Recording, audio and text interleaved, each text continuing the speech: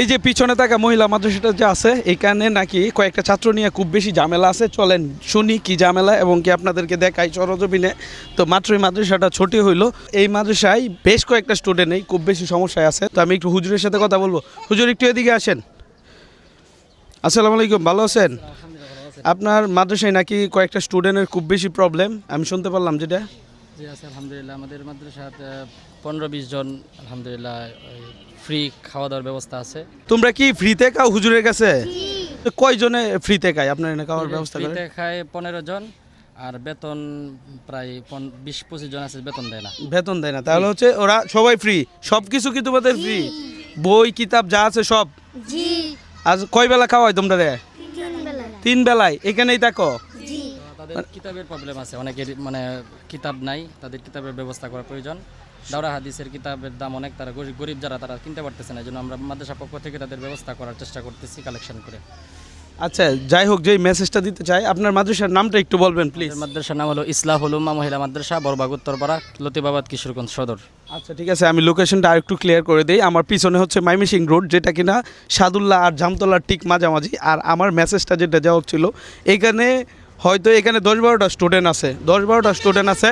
সবাইরে আমি আনি নাই, কারণ অনেকে আছে বড় স্টুডেন্ট, তারা লজ্জা পাইতেছে। আমি সবারই আনি না, এখানে কয়েকজন ছোট যারা হেরারে নিয়ে আসছি। আমার কথা হচ্ছে, এই যে মানুষটা যদি আপনি একলা যদি একটা মানুষের দায়িত্ব নিতে পারেন, হুজুরের ওজন অনেকটাই কমে যাবে। এই যে এই মানুষটা ধরেন 200 স্টুডেন্ট এখানে পড়ে, হয়তো 200 স্টুডেন্টের মধ্যে 150 জন মানুষের খরচ দিতেছে, বা তার একটু বেশি মানুষের খরচ নিতেছে, বাকিরা ফ্রিতে পড়ে। এই তোমাদের মাদ্রাসায় অনেকেই ফ্রিতে পড়ে না?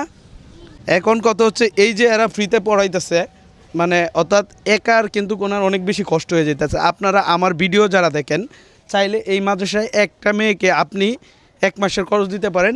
তো আপনি কি বলেন? জি আলহামদুলিল্লাহ। মেয়েদের খাবারের পাশাপাশি যদি যেরকম বাৎসরিক ঈদের সময় পোশাক, তারপরে বাৎসরিক প্রতি বছর কিতাবাদি কিনতে হয়, অনেক টাকা কিতাব লাগে। তো গরিব যারা, তারা তো কিতাবাদি কিনতে পারে না। এক সেট কিতাবের দাম মনে করেন 10,000, 9,000, 5,000, বিভিন্ন ক্লাস ভিত্তিক। তো গরিব যারা তারা এটা পারে না। যদি এইটা একটু সবাই একটু সহযোগিতা করে, তাহলে গরিবদেরকে আমি কিতাবটা দিতে পারি সহজে।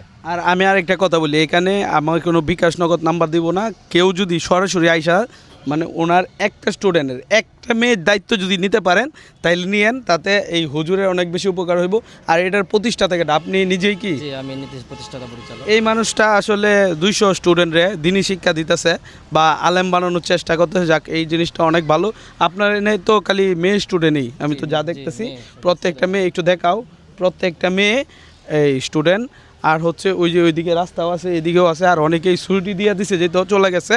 তো দিন শেষে আমি একটা কথাই বলতে চাই, আপনারা আসেন, দেখেন সরজমিনে হুজুরে কয়জন মানুষকে ফ্রিতে পড়াইতেছে, কয়জন মানুষকে বই পুস্তক দিতেছে, কয়জন মানুষকে কিতাব দিতেছে। আমার কথা হচ্ছে, সরাসরি আইসা দেখেন, যদি ভালো লাগে তাহলে একটা স্টুডেন্টের দায়িত্ব নিয়েন।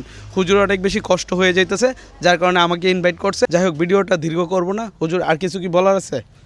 আলহামদুলিল্লাহ, আপনাদের সকলের সহযোগিতা এবং সুদৃষ্টি কামনা করছি। ইনশাল্লাহ আপনারা যদি সুদৃষ্টি দেন, ইনশাল্লাহ আমি এগিয়ে যেতে পারবো। আমার ইনশাল্লাহ অদম্য সাহস আছে।